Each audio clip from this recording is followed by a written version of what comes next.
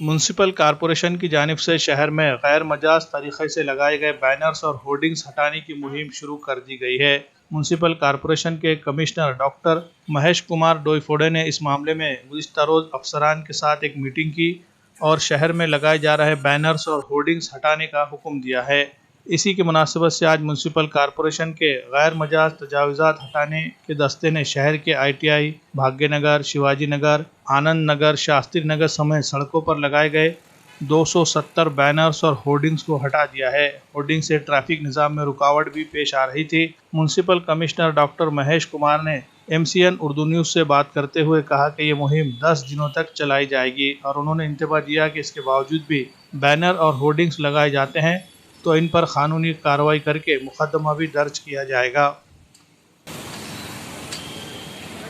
पालिका क्षेत्र में जगह जगह पे अनधिकृत होर्डिंग लगाई जा रही है, उसके खिलाफ हमने कार्रवाई के तहत आज 6 वार्ड में 270 होर्डिंग्स और बैनर्स निकाले हैं। अभी ये हमारी प्राइमरी एक्शन है। अगर लोग नागरिकों ने या होर्डिंग धारकों ने अनधिकृत होर्डिंग लगाना चालू रखा तो हम उनके ऊपर गुनाह भी दाखिल करने वाले हैं।